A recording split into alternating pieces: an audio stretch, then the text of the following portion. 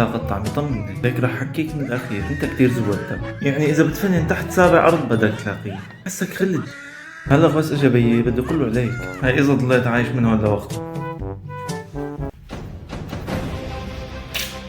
شهد على روحك.